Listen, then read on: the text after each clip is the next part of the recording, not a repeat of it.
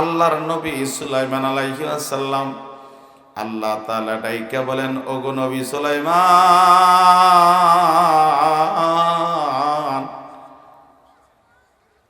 আশ্চর্য জিনিস দেখতে চাইলে আপনি অমুক নদীর কিনারে অমুক জায়গায় চলে যান। সুলাইমান আলাইহিস সালাম চলে গেছে নদীর কিনারে আশ্চর্য জিনিস দেখার জন্য। ওই জায়গায় গিয়া তালাশ করে আশ্চর্য কোনো জিনিস পাওয়া যায় না, আশ্চর্য কোনো জিনিস নাই। সুলাইমান আলাইহিস সালাম চিন্তা করে আমাদের দেখা ভুল হইতে পারে, কিন্তু আল্লাহ তাআলার বলা ভুল হইতে পারে না। সুলাইমান আলাইহিস সালামের জিন সুলাইমান আলাইহিস সালামের তাবে ছিল, তিনার রাষ্ট্র পরিচালনায় জিনেরাও সহযোগিতা করত, এবং তিনার প্রধানমন্ত্রী ছিল জিন, আরো কিছু জিন ছিল মন্ত্রী পরিষদে। এই জিনদের দ্বারাই তিনি বাইতুল মুকাদ্দাস বানাইছেন, আমরা সবাই ঘটনা জানি। এই সুলাইমান আলাইহিস সালাম একটা জিনকে পাঠাইছে, যা দেখ নদীর নিচে আশ্চর্য কিছু জিনিস পানির নিচে আছে নাকি। ওই কিছু দূর ঘুরে আসে, হুজুর পাই নাই। আরেকটা পাঠাইছে, তুই যা। ওই আরো কিছু দূর গিয়া কয়, হুজুর পাই নাই। হুজুর বলে, ওরে বাটপার, তোরা শেষ পর্যন্ত যাস নাই। প্রধানমন্ত্রী ছিল আসিফ ইবনে বরখিয়া জিন। এই প্রধানমন্ত্রী আসিফ ইবনে বরখিয়া বলে, ওগো আল্লাহর নবী, আপনি পারমিশন দেন আমি যাই। ঠিক আছে যা। পানি অনেক গভীর, ওই গভীরে চলে গেছে। আসিফ ইবনে বরখিয়া বিরাট বড় একটা সাদা মতির তৈরি একটা গম্বুজ নিয়ে হাজির। সাদা মতির তৈরি গম্বুজ দেখে সুলাইমান আলাইহিস সালাম আশ্চর্য, ওগো আল্লাহ, আমার মন বলে পৃথিবীতে থেকে আশ্চর্য আর কোনো জিনিস নাই, এটাই মনে হয় সবচেয়ে আশ্চর্য জিনিস। আল্লাহ বলে, সুলাইমান, এখনো তোমার দেখা শেষ হয় নাই, ভালো করে দেখো। সুলাইমান আলাইহিস সালাম বলে, আল্লাহ, এত সুন্দর ডিজাইন, এত সুন্দর কারুকার্য, এত সাদা জিনিস দুনিয়ায় নাই। এত বিশাল মতির তৈরি গম্বুজ তুমি পানির নিচে রাইখা দিছ। সুলাইমান আলাইহিস সালাম চতুর্দিকে দেখে, পিলার গুলা দেখে, উপরের নকশা গুলা দেখে, দরজা দেখে, জানালা দেখে, এইভাবে সবগুলা ডিজাইন গুলা দেখতেছে। দেখে দেখে বাহিরটা দেখা ভিতরে ঢুকছে। ভিতরে ঢুকে দেখে আশ্চর্য, চতুর্দিকে জানালা গোলা খোলা, দরজা গোলা খোলা, কিন্তু এই পানির নিচে এই যে গম্বুজটা, সাদা মতির তৈরি গম্বুজটা ছিল, এই গম্বুজের ভিতরে এক ফোঁটা পানি প্রবেশ করে না। দরজা জানালা সব খোলা, এক ফোঁটা পানিও ভিতরে প্রবেশ করে না। ভিতরে ঢুইকা দেখি একটা সুন্দর জায়নামাজ। ওই জায়নামাজের মধ্যে একজন যুবক নামাজে দাঁড়ায় আছে, নামাজ পড়তেছে। সমুদ্রের নিচ থেকে আসিফ ইবনে বরখিয়া গম্বুজটা উপরে নিয়ে আসছে, এটা সে বুঝতেই পারে না, নামাজের মধ্যে আছে। নামাজ শেষ করছে, আসসালামু আলাইকুম ওয়া রাহমাতুল্লাহ, আসসালামু আলাইকুম ওয়া রাহমাতুল্লাহ।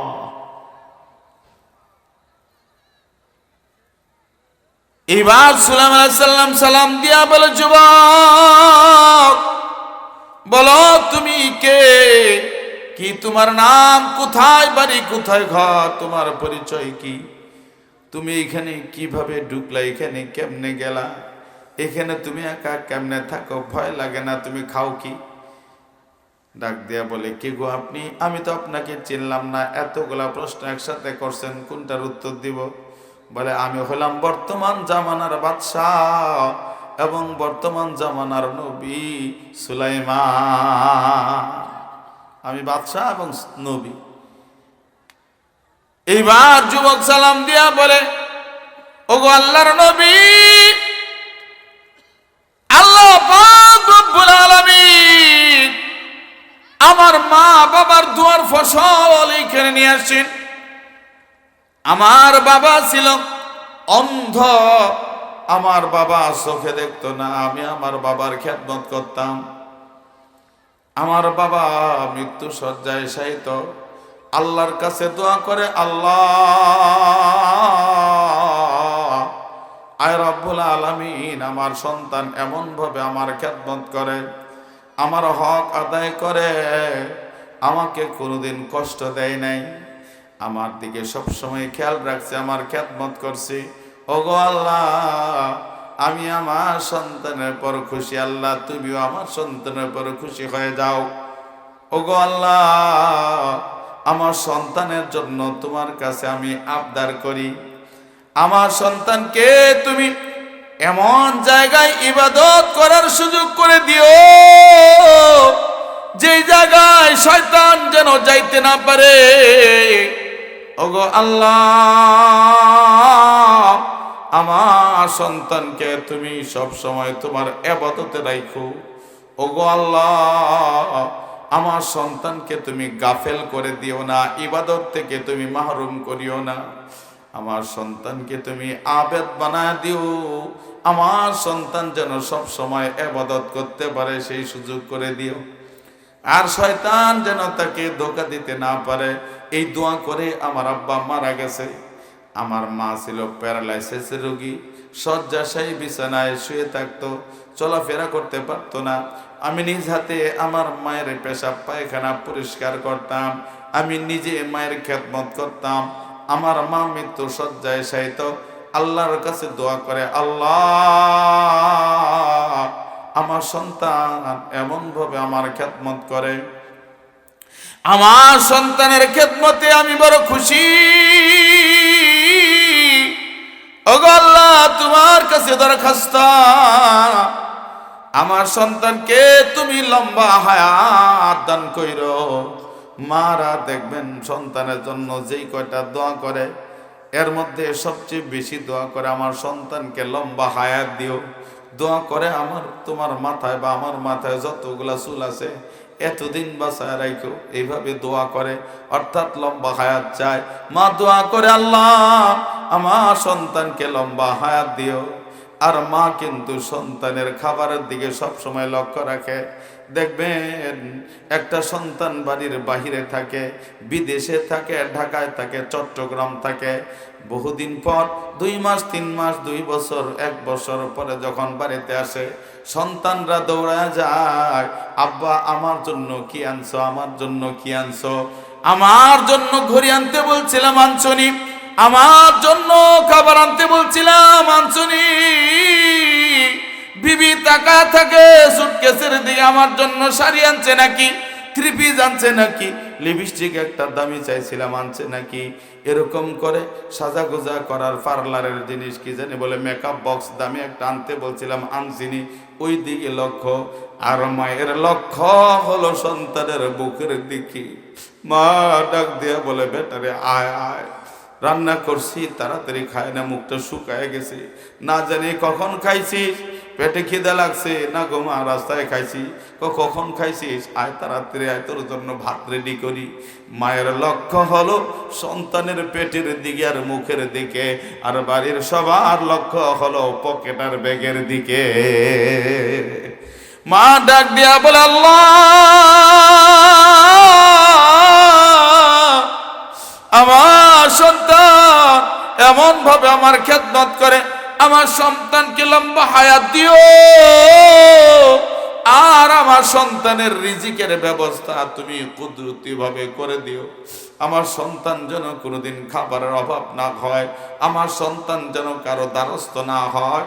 আল্লাহ আমার সন্তানের খাবারের ব্যবস্থা করে দিও এবং আমার সন্তানকে লম্বা হায়াত দিও। হুজুর গো, আমার মাই দোয়া করে মারা গেছে, মা নাই বাড়িতে, বাবা নাই বাড়িতে, এক মুহূর্ত আমাকে ভালো লাগে না, বাড়িতে দম বন্ধ হয়ে যায়। মা নাই যেখানে আমি নাই সেখানে, বাবা নাই যেখানে আমি নাই সেখানে।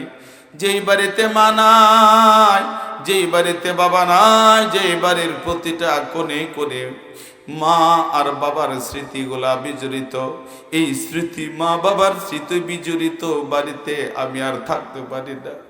সারাদিন কান্না আসে, যেদিকেই তাকায় বাবার স্মৃতি, যেদিকে তাকায় মায়ের স্মৃতি। এই মা বাবার স্মৃতিগুলো দেখা আমি আর স্থির থাকতে পারি না। মায়ের বিরহ ব্যথা, বাবার বিরহ ব্যথা, আমার কলিজা ফেটে যায়। মা বাবা যেখানে নাই আমিও সেখানে নাই।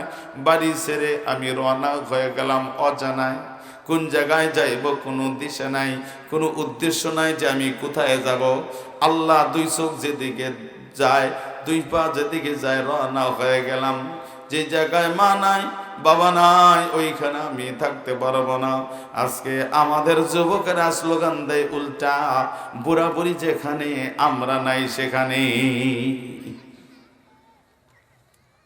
তারা তালাশ করে বুড়া বুড়ি যেখানে আছে ওইখানে আমরা নাই, চলো শহরে যাই, অন্য জায়গায় চলে যাই। হয় কি হয় না? ও ভাইরা আমার, বন্ধুরা আমার, ওই যুবক দায়িকা বলেন, ও গো আল্লাহর নবী,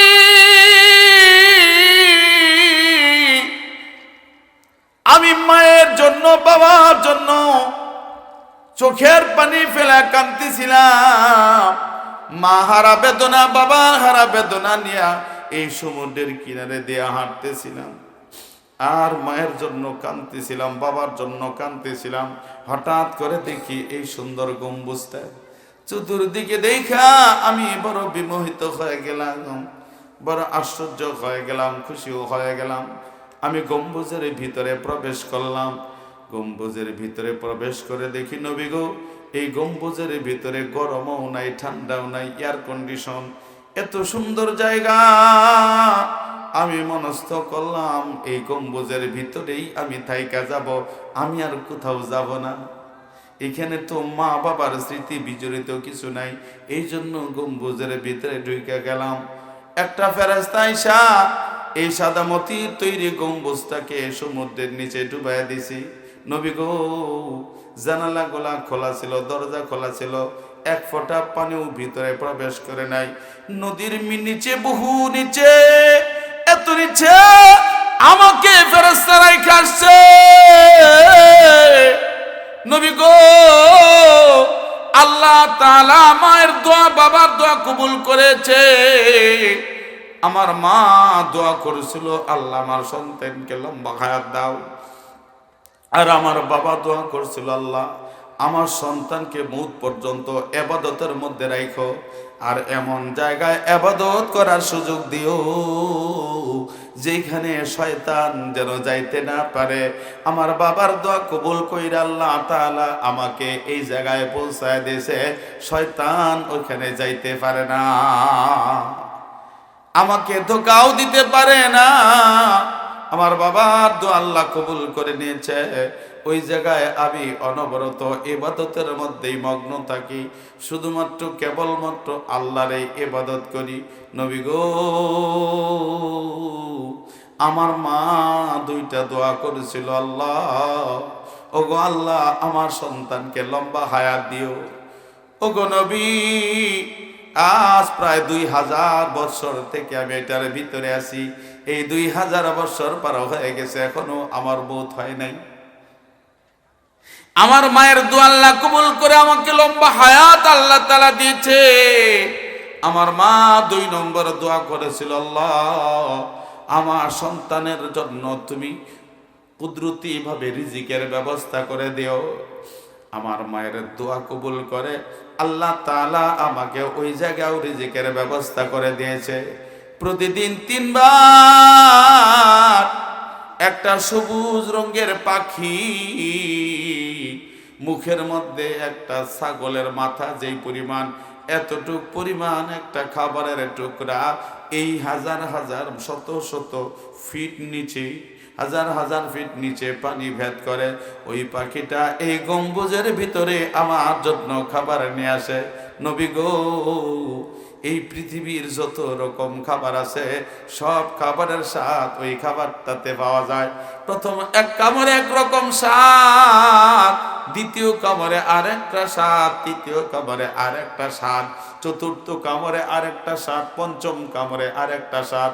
নবী গো, এই খাবার আমি খাই, আমার পেশাবও হয় না, পায়খানাও হয় না, আমার উজুর কখনো জরুরত হয় না, ইস্তিনজারও জরুরত হয় না, আমার উজু যায় না। এই খাবার খাই, পেটটা ভর্তি হয়ে যায়, আর ঢেকুর দেই, আমার খাবার গলা হজম হয়ে যায়। ওগো আল্লাহর নবী, 2000 বছর থেকে এই পানির নিচে গম্বুজের ভিতরে আছি। আমার আকৃতি, চেহারা, যেই যৌবন বয়স নিয়ে 2000 বছর আগে গম্বুজের ভিতরে ঢুকছিলাম, এই 2000 বছর পরেও আমার ওইরকম আকৃতি আছে। চুল পাকে নাই, চামড়া কোকড়া হয় নাই, চেহারা খারাপ হয় নাই। যেমন যুবক ছিলাম তেমনই যুবক রয়ে গেছি। মা বাবার দোয়া আল্লাহ কেমনে কবুল করে? সুলাইমান আলাইহিস সালাম বলে, যুবক রে, তুমি যদি ইচ্ছা করো আমাদের সাথে থাকতে পারো, ইচ্ছা করলে তোমাকে আবার ওইখানেও পাঠাইতে পারি। বলে, হুজুর, দুনিয়ায় থাকার দরকার নাই, আল্লাহ আমার জন্য যে ফয়সালা করছে এটার উপরে আমি সন্তুষ্ট, আমাকে ওই জায়গায় আবার পৌঁছায় দেয়। ভাইরা আমার, বন্ধুরা আমার, এই মা বাবার দোয়া কবুল হয়। কত মানুষ দেখবেন এক সময় কিচ্ছু ছিল না, মায়ের দোয়া পাইছে, বাবার দোয়া পাইছে, আল্লাহ তাআলা দুনিয়ায় তার ইজ্জত সম্মান বাড়ায় দিয়েছে, কামার মধ্যে বরকত দিয়ে দিছে, রিজিকে বরকত দিয়ে দিছে, অঢেল সম্পদের মালিক হয়ে গেছে, ইজ্জত আর সম্মানের মালিক হয়ে গেছে। আর অনেকেই মায়ের বদদোয়ার কারণে ধ্বংস হয়ে গেছে, এই দুনিয়ার মধ্যে এসে লাঞ্ছিত অপদস্থ হয়ে গেছে। এই মা বাবা দোয়া করলে কবুল। এই মা বাবা যদি অসন্তুষ্ট থাকে, মা বাবা যে সন্তানের উপর নারাজ, তার কোনো আমল আল্লাহর দরবারে কবুল হবে না, মরবে ঈমান নসিব হবে না, মরার সময় কালিমা পড়তে পারবে না। যে সন্তান মা বাবার নাফরমান, এই সন্তানের জবানে মরার সময় কালিমা আসবে না, কালমা তার জবান দিয়ে বের হবে না। আল্লাহ রাসূল সাল্লাল্লাহু আলাইহি সাল্লামের জীবদ্দশা, পয়গম্বর আরবি সাল্লাল্লাহু আলাইহি ওয়াসাল্লামের কাছে এক মহিলা এসে বলে, গো পয়গম্বর, আমার স্বামী আপনার একজন সাহাবী, আমার স্বামী আপনার মহাব্বতের সাহাবী, আপনার বড় ভক্ত, আলকামা মৃত্যু শয্যায় শায়িত। নবী গো, আলকামার জবানে কালেমা আসতেছে না, আমরা অনেক তালকিন দিচ্ছি, কিন্তু আলকামা জিহ্বা নড়াইতেছে, অনেক চেষ্টা করতেছে, মুখ দিয়ে আফখানা বের হয়ে যাচ্ছে, তবু আলকামার জবানে কালেমা বের হয় না। আলকামার জবানে কালেমা বের হয় না, অথচ একজন পয়গম্বরের সাহাবী, এরপরও কালেমা বের হয় না। পয়গম্বর 4 জন সাহাবীকে পাঠিয়ে দিলেন, আলী রাদিয়াল্লাহু তাআলা আনহু, বেলাল রাদিয়াল্লাহু তাআলা আনহু সহ আরো 2 জন সাহাবীকে পাঠিয়ে দিলেন, যাও আলকামাকে কালিমার তালকিন দাও। 4 জন সাহাবী চলে গেছে, আলকামাকে কালিমার তালকিন দেয়। আলকামার চোখ দিয়ে পানি ঝরে, হায়রে, সব সময় যেই কালমা পড়তাম, এখন মরার সময় জবান দেয়া কালমা বের হয় না। সাহাবারা কালমা পড়ে, আলকামা শুনে, কিন্তু জিহ্বা নড়ায়, মুখটা নড়ায়, কিন্তু কালেমা বের হয় না। আলকামা চোখের পানি ফেলা কান্দে। আলী রাদিয়াল্লাহু, যতক্ষণ পর্যন্ত আমার মা আমাকে মাফ না করে ততক্ষণ আমি পা ছাড়তাম না। কিন্তু আল্লাহর ওলি, আজকে আমার মা নাই দুনিয়ায়, কে আমাকে মাফ করবে? কার কাছে আমি মাপ চাবো? এই জন্য আল্লাহর কাছে ক্ষমা চাই। এই সাফা পাহাড়ের গোড়ায় আমি আল্লাহর কাছে তওবা করতেছি, আল্লাহ যেন আমাকে মাফ করে দেয়। ওগো ভাইজি, তাকায় দেখেন আমার দুইটা হাত নাই। আমি আমার মাকে যেই হাত দিয়া প্রহার করেছি, আমার শাস্তি স্বরূপ এই দুইটা হাত আমি কেটে ফেলে দিয়েছি। আমি আমার মাকে দুই পা দিয়া লাথি দিয়েছিলাম, যেই পা দিয়া লাথি দিয়েছি শাস্তি স্বরূপ নিজে সেই পা কেটে ফেলে দিয়েছি। ওই পা দেহে রাখি নাই আল্লাহর কাছে মাপ পাওয়ার জন্য। ওগো ভাইজি, এটা হলো সাফা পাহাড়ের গোড়ায় যেখানে দোয়া কবুল হয়, তওবা কবুল হয়, গুনাহ মাফ হয়। এই জায়গায় গোড়া গোড়া কান্দে আল্লাহ যেন মাফ করে দেয়। ওগো আল্লাহর ওলি, আল্লাহর সাথে আপনার সম্পর্ক বড় গভীর। আপনি একটু আল্লাহর কাছে সুপারিশ করেন, আল্লাহ তাআলা যেন আমার জীবনের গুনাহ মাফ করে দেয়, আমার তওবা যেন কবুল করে নেয়।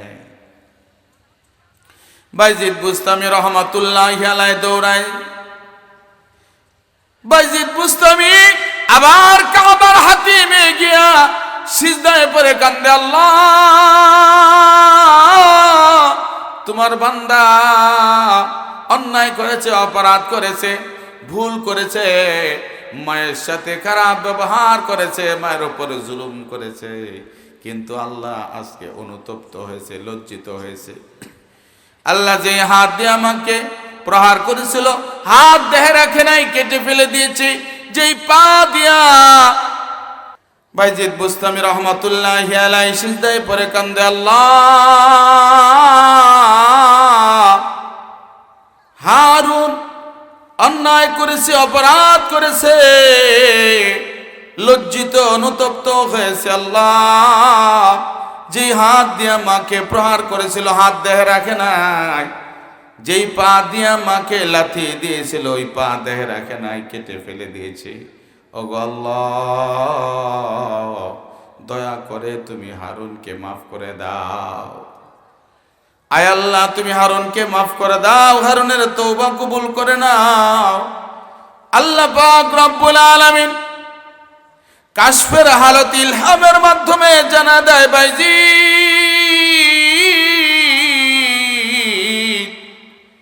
আমি আল্লাহ যদি হারুনকে কিয়ামত পর্যন্ত হায়াত দেই, আর সে যদি কিয়ামত পর্যন্ত এই সাফা পাহাড়ের গোড়ায় গড়া গড়া কান্দে, আমি আল্লাহ হারুনকে মাফ করব না, হারুনের তওবা কবুল করব না, তার গুনাহ মাফ করব না। কিয়ামত পর্যন্ত কানলেও এই গুনাহ মাফ হবে না। কিয়ামত পর্যন্ত এখানে গড়াগড়ি খাইলেও এই গুনাহ মাফ হবে না, তওবা কবুল হবে না। আমি আল্লাহ কিয়ামতের দিন তার মায়ের সামনে হাজির করে দেব। ইয়াউমা ইয়াফিরুল মারউ মিন আখিহি ওয়া উম্মিহি ওয়া আবিহি ওয়া সাহিবাতিহি ওয়া বানিহি লিকুল্লি ইমরিইম মিনহুম ইয়াউমা ইযিন শা'নুন ইউগনি। ওই দিন এমন কঠিন মুহূর্ত হবে কিয়ামতের দিন, ওই দিন কেউ কারো সাহায্য করবে না। দুনিয়ায় একটা মানুষ যদি বিপদে পড়ে যায়, একটা মানুষ সাঁতার জানে না, যদি পুকুরে পড়ে যায়, দেখবেন যারা সাঁতার জানে দৌড়ায় দৌড়ায় তাকে পুকুর থেকে উঠায়, নদীতে নৌকা ডুবে যায়, চতুর্দিক থেকে যারা দেখে দৌড়ায়া উঠানোর জন্য চেষ্টা করে। একটা মানুষ যদি না খায়া থাকে, যারা জানতে পারে তার খাবারের ব্যবস্থা করে, অসুস্থ থাকলে টাকা নাই, আত্মীয় স্বজন প্রতিবেশী তার চিকিৎসার ব্যবস্থা করে। এই দুনিয়ায় মানুষ মানুষের সাহায্য উপকার করে, সহযোগিতা করে, কিন্তু ওই দিন এমন এক বিভীষিকাময় দিন হবে, কেউ কারো সাহায্য করবে না। সন্তান বাবার কাছে বলবে, আব্বা ওগো আব্বা, আমি তোমার সন্তান, একটা নেকির জন্য, একটা নেকির অভাবে জাহান্নামে যায়, একটা নেকি দাও। বাপ বলবে, সৌকান তোকে চিনি না। বাপ সন্তানের কাছে একটা নেকি চাবে, বেটা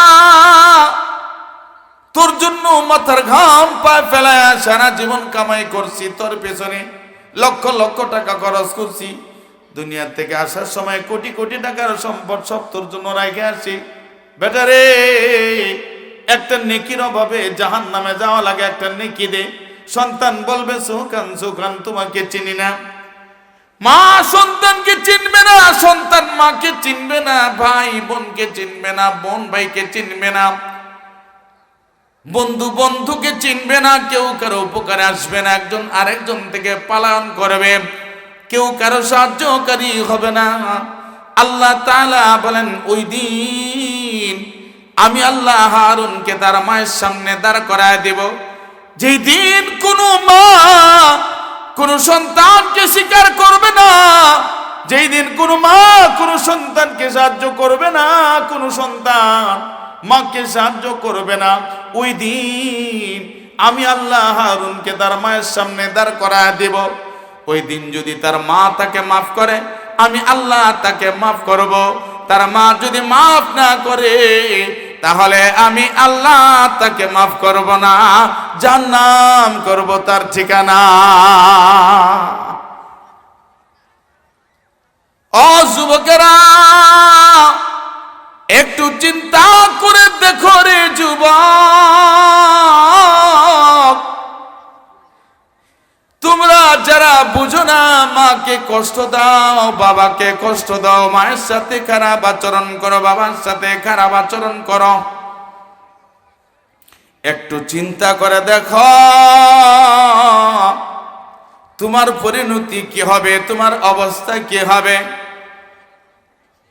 একটা সন্তান যদি মাকে কষ্ট দেয়, বাবাকে কষ্ট দেয়, মা যদি মাফ না করে, বাবা যদি মাফ না করে, সন্তান যদি মা বাবার কাছে মাফ না পায়, মা বাবার কাছে যদি মাফ না চায়, তাহলে আল্লাহ তাআলাও তাকে মাফ করবে না।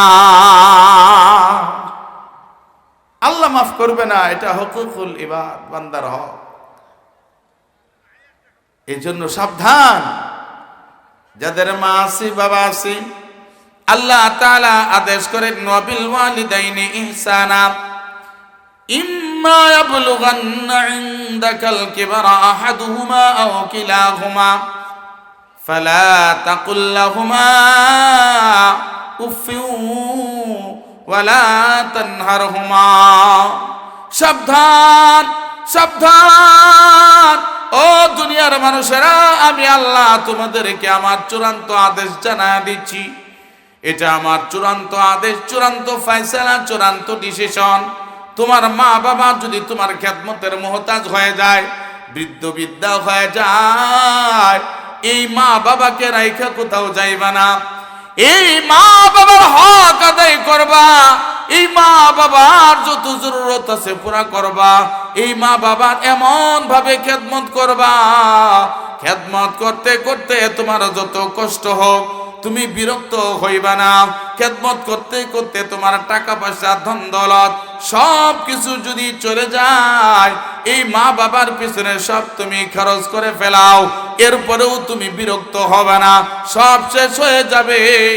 আল্লাহ তাআলা এর বিনিময় এই দুনিয়ার 10 দুনিয়া সমান জান্নাত তোমাকে দিয়ে দিবে,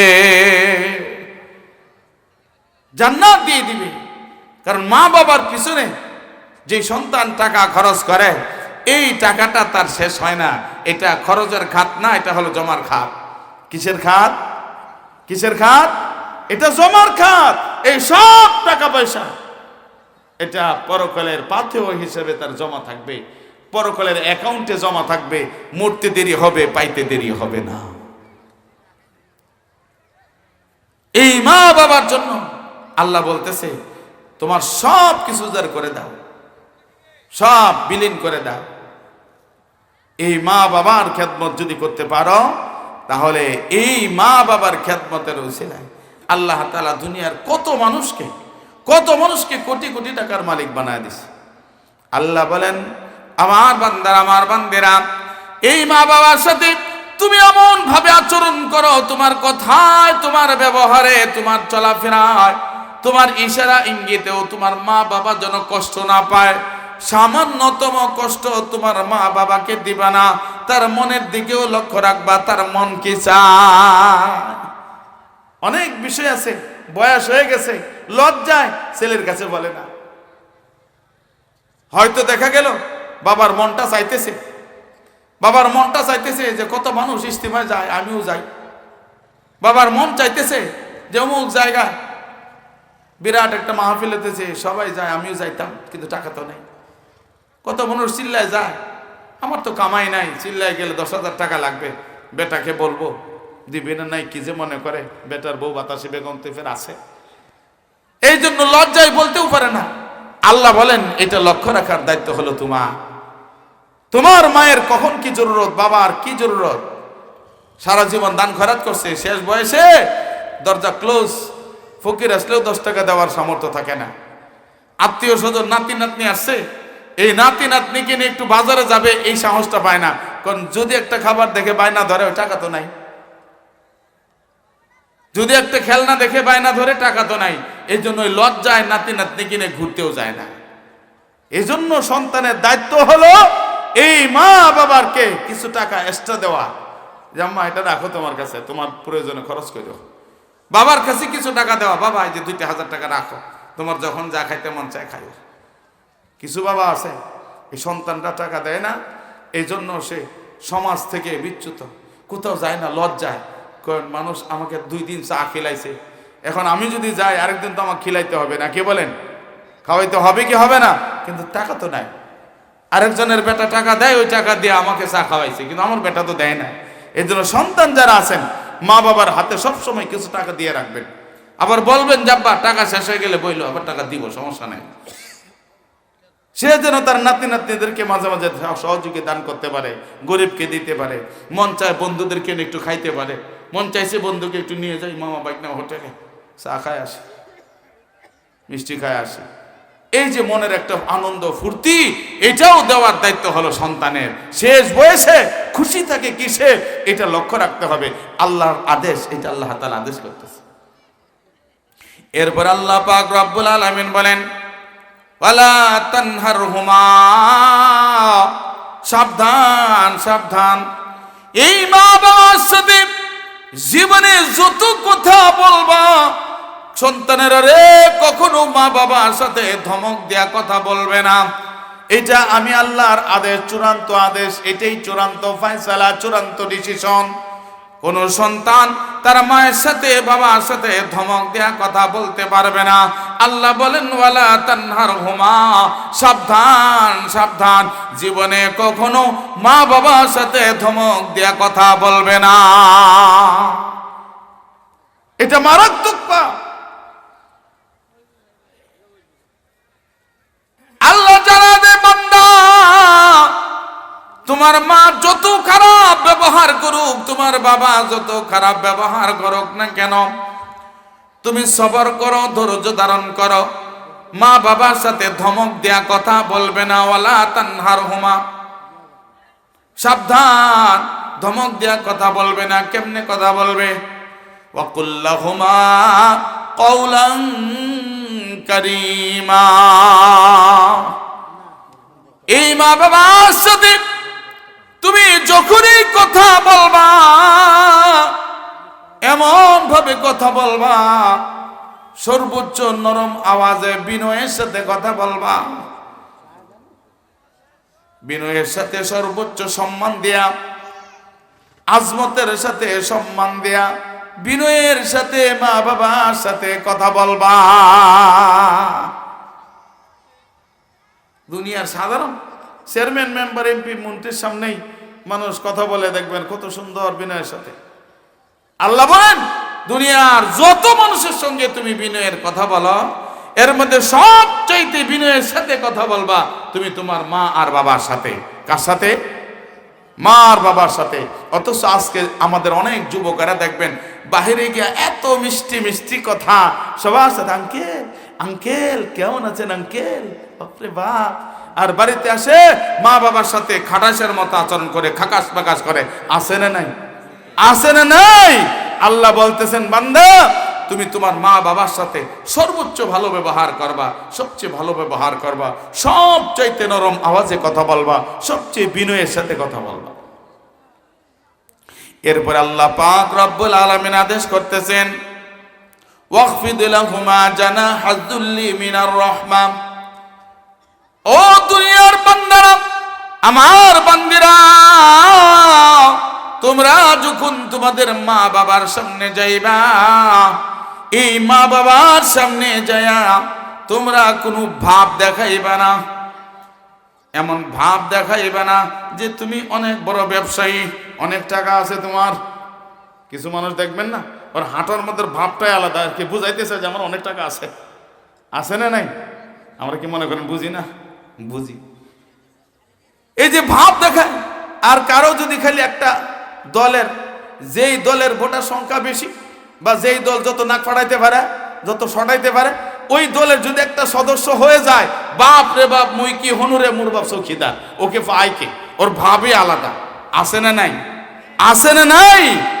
এই ক্ষমতার দাপট, নিজের পা মনে হয় মাটিতে পড়তে চায় না, এই অবস্থা।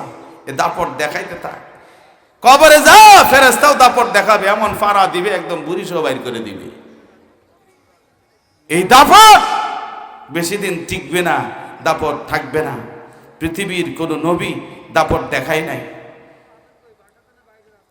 যারা দিনদার পরহেজগার, তাদের যত বড় ক্ষমতা ছিল, দাপট দেখায় নাই, অহংকার করে নাই, তাকাব্বুরি করে নাই। আর আজকে কোনো মতো একটা ফাতি নেতা হয়ে গেলে, বাপ রে বাপ, তার গরমই আলাদা। এই জায়গায় চান্দা দে, ওই জায়গায় চান্দা দে, নাইলে ফিটা খা। আছে না নাই? আছে না নাই? এই ক্ষমতা, এই প্রভাব, এই প্রতিপত্তি কয়দিনের? হ্যাঁ, এর আগে দেখাইছিল না একদল ক্ষমতা? আছে? জি আছে? নাই, দল শুদ্ধ গায়েব, সব গায়েব হয়ে গেছে। আল্লাহ পাক রব্বুল আলামিন বলেন, বান্দা, তুমি যত বড় ক্ষমতা তোমার থাক না কেন, তুমি যত বড় অফিসার হও, যত বড় শিল্পপতি হও, তুমি চেয়ারম্যান হও, মেম্বার হও, এমপি হও, মন্ত্রী হও, তুমি যেই হও না কেন, তোমার মা আর বাবার সামনে যখন আসবা, এই মা বাবার সামনে কোনো ভাব দেখাইতে পারবে না। ওইখানে কোনো ভাব দেখাবে না। আল্লাহ তাআলা বলেন, ওয়াখফিদ লাহুমা জানাহায যুল্লি মিনার রাহমা। তুমি তোমার মা বাবার সামনে যখন যাইবা, তুমি তোমার বাহুগুলো অবনত করে দাও, তুমি এরকম করে একদম আটোসাটো হয়ে যাও। তুমি বড় বক্তা, এই ভাব মা বাবার সামনে না। তুমি বড় খতিব, এই ভাব মা বাবার সামনে দেখাইতে পারবে না। তুমি বড় অফিসার, এই ভাব মা বাবার সামনে দেখাইতে পারবে না। তুমি বড় ইঞ্জিনিয়ার, এই ভাব তুমি মা বাবার সামনে দেখাইতে পারবে না। ওই জায়গায় তোমার ইঞ্জিনিয়ারগিরি চলবে না, তোমার প্রফেসরগিরি চলবে না, তোমার খতিবগিরি চলবে না, তোমার মুহতামিমগিরি চলবে না, তোমার বক্তাগিরি চলবে না। আল্লাহ বলেন, তোমার মা বাবার সামনে যখন যাও, তখন নত জানু হয়ে যাও। ওয়াখফিদ লাহুমা জানাহায যুল্লি মিনার রাহমা ওয়াকুর রব্বিরহামহুমা কামা রাব্বায়ানি সগীরা।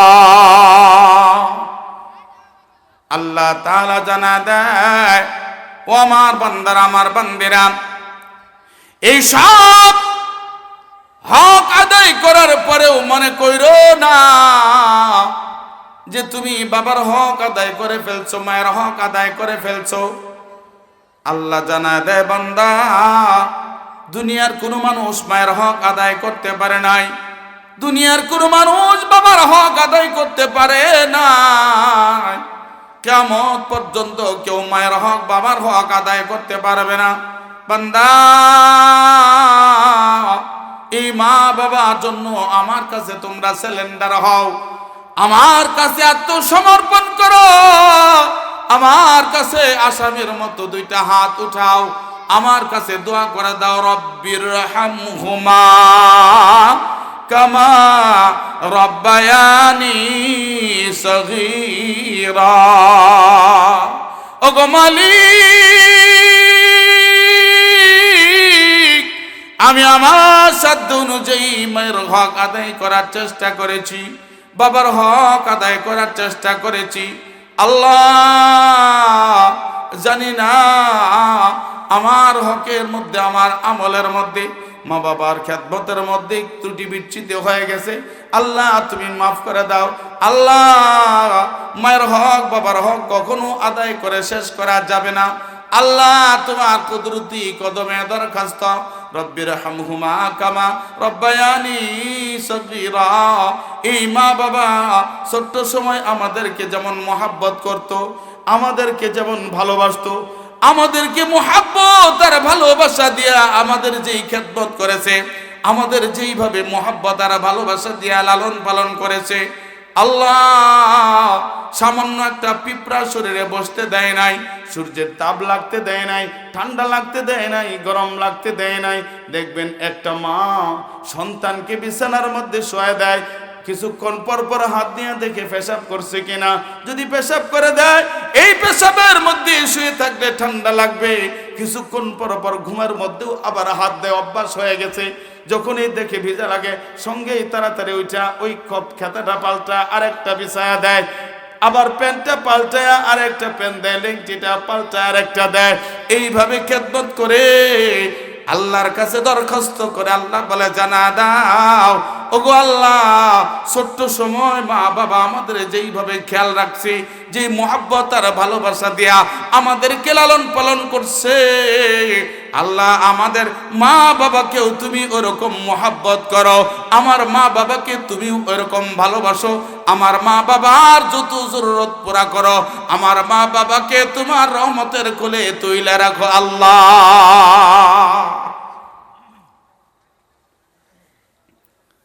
এই মা বাবা দুনিয়াতে যারা আছে, আমরা হক আদায় করব, মারা যাওয়ার পরেও মা বাবার হক আছে না নাই? যুবকেরা, একটা মা কোনোদিন সন্তানকে ভুলতে পারে না, আর সন্তানেরা মাকে ভুলে যায়, মাসের পর মাস মায়ের খবর নেয় না, অথচ মায়ের এমন একটা রাত যায় না সন্তানের জন্য কান্দে না। নীরবে নিথরে সন্তানটা মায়ের জন্য কান্দে। কবি বলেন, বিদেশে বিরাট যেতে যার সন্তান মারা যায়, পশু পাখি জানার আগে আগে জানে মা। একটা সন্তান যদি বিপদে পড়ে যায়, মুসিবতে পড়ে যায়, সঙ্গে সঙ্গেই মায়ের কলিজায় ধরা পড়ে যায়। আল্লাহ তাআলা মায়ের কলিজাটাকে সন্তানের জন্য একটা রাডার বানায় দিয়েছে। সন্তান যদি একটু হুসুট খায়াও উহ শব্দ বলে, উহ বলার সঙ্গে সঙ্গেই মায়ের কলিজার মধ্যে ধরা পড়ে যায়। মেডিকেল সায়েন্স এটা নিয়েও গবেষণা করেছে। এর কারণ কি? একটা সন্তান দুনিয়ার মধ্যে বিপদে পড়ে যায়, তার বাবা বুঝতে পারে না, তার বোন বুঝতে পারে না, ভাই বুঝতে পারে না, বন্ধু বুঝতে পারে না, বিবি বুঝতে পারে না, সন্তান বুঝতে পারে না, একজন বুঝতে পারে, কলিজায় ধরা পড়ে যায়, সে হলো মা। এর কারণটা কি? মেডিকেল সায়েন্স এটা নিয়েও গবেষণা করেছে। মেডিকেল সায়েন্স গবেষণা করেছে, একটা সন্তান যখন মায়ের পেটের ভিতরে থাকে, এই সন্তানটা যখন 7 মাস বয়স হয়ে যায় মায়ের পেটের ভিতরে যে বেবি টিউব সন্তানদানিটা আছে, এই সন্তানদানিটা 7 মাস বয়সে পূর্ণ হয়ে যায়। সন্তান যখন 7 মাস হয়, এই বেবি টিউব সন্তানদানিটা পূর্ণ হয়ে যায়। আল্লাহ পাক রব্বুল আলামিন এই সন্তানের 2টা পা মায়ের কলিজার সাথে লাগায় দেয়। এই সন্তান 7 মাস পরে দ্রুত বাড়তে থাকে। যখন 1 ইঞ্চি বড় হয়, মায়ের কলিজাকে লাথি দিয়ে 1 ইঞ্চি উপরে উঠায় দেয়। যখন 2 ইঞ্চি বড় হয়, মায়ের কলিজায় লাথি দেয়া 2 ইঞ্চি উপরে উঠায় দেয়। যখন 3 ইঞ্চি বড় হয়, মায়ের কলিজায় লাথি দেয়া 3 ইঞ্চি উপরে উঠায় দেয়। মেডিকেল সায়েন্স গবেষণা করেছে, এই সন্তানটা 7 মাস থেকে ভূমিষ্ঠ হওয়ার আগ পর্যন্ত প্রায় 4,500 বার 4,500 বার একটা সন্তান তার মায়ের কলিজায় লাথি মারে। কত হাজার? প্রায় 4,500 বার একটা সন্তান মায়ের কলিজায় লাথি মারে। মেডিকেল সায়েন্স গবেষণা করেছে, এমন একটা লাথি যদি দুনিয়ার কোনো বাবার কলিজায় একবার লাগতো, ওই বাবা দুনিয়ায় জীবিত থাকতে পারতো না, ওই জায়গায় ছটফট করে ধরফর করে মারা যাইত। একটা মা কত কষ্ট সহ্য করে এই সন্তানের 4,500 লাথির আঘাত সহ্য করে। অনেক মা দেখবেন খাইতে বসে সন্তান পেটে লাথি, কলিজায় লাথি মারা দেয়, মা প্লেটটা সরা দরজার করে দাঁড়ায় দাঁড়ায় কান্দি। এইভাবে করে এই সন্তান মায়ের কলিজায় লাথি মারে, মা ঘুমায়, ঘুমের ঘরে একটু কাঁচা ঘুম লাগে আসে, সন্তান এমন জোরে লাথি মারে, মা চিৎকার দিয়া জাগ্রত হয়া চোখের কোণে বসে বসে নীরবে চোখের পানি ফেলা কান্দে, দুনিয়ার কোনো মানুষকে বুঝতে দেয় না। মেডিকেল সায়েন্স গবেষণা করেছে এই সন্তানটা যেই দিন দুনিয়ার মধ্যে আসে এমন জোরে মায়ের কলিজায় লাথি দিয়া দুনিয়ার মধ্যে আসে, মায়ের কলিজাটা ফেটে চৌচির হয়ে যায়। এই অবস্থায় অনেক মা কলিজা ফাটা যন্ত্রণা নিয়ে ছটফট ছটফট করতে করতে মারা যায়। অনেক মা অজ্ঞান হয়ে যায়, বেহুশ হয়ে যায়, জ্ঞান ফিরে না, হুঁশ ফিরে না। এই সন্তান যখন ভূমিষ্ঠ হয়, ভূমিষ্ঠ হওয়ার পরে এই সন্তান যখন সর্বপ্রথম কান্না করে, এই কান্নার আওয়াজটা হলো উম্মা। উম্মা শব্দের অর্থ হলো মা। এই মা শব্দটাকে আল্লাহ তাআলা হায়ার অ্যান্টিবায়োটিক্স মেডিসিন বানায়া মায়ের কানের ভিতর ঢুকায়া মায়ের কলিজার সাথে লাগা দেয়, মায়ের কলিজাটা জোড়া লেগে যায়। কিন্তু এই কলিজার মধ্যে 4,500 লাথির আঘাত এবং কলিজা চৌচির হয়ে যাওয়ার ফাটা যদিও জোড়া লাগে, ওই জায়গায় দাগ বসে যায়, যেই দাগটা সন্তানের জন্য মায়ের কলিজাটা রাডারে পরিণত হয়ে যায়। ও যুবকেরা, তোমাদের হাতে ধরে পায়ে ধরে বলে যায়, এই মাকে আর কত কাঁদাইবা? যেই মায়ের কলিজায় তুমি 4,500 বার লাথি মারছো, যেই মা সারা রাত ঘুমাইতে পারে না, সারাদিন খাইতে পারে নাই, কত কষ্ট করেছে। তাই বাপ পয়গম্বরও বলেন, উম্মতেরা রে শুনে রাখো, জেনে রাখো, আল জান্নাতু তাহতা আকদামিল উম্মাহাত। আল্লাহ তাআলা তোমাদের জন্য মায়ের পায়ের নিচে রাইখা দিছে জান্নাত। এই মা কত বড় নিয়ামত।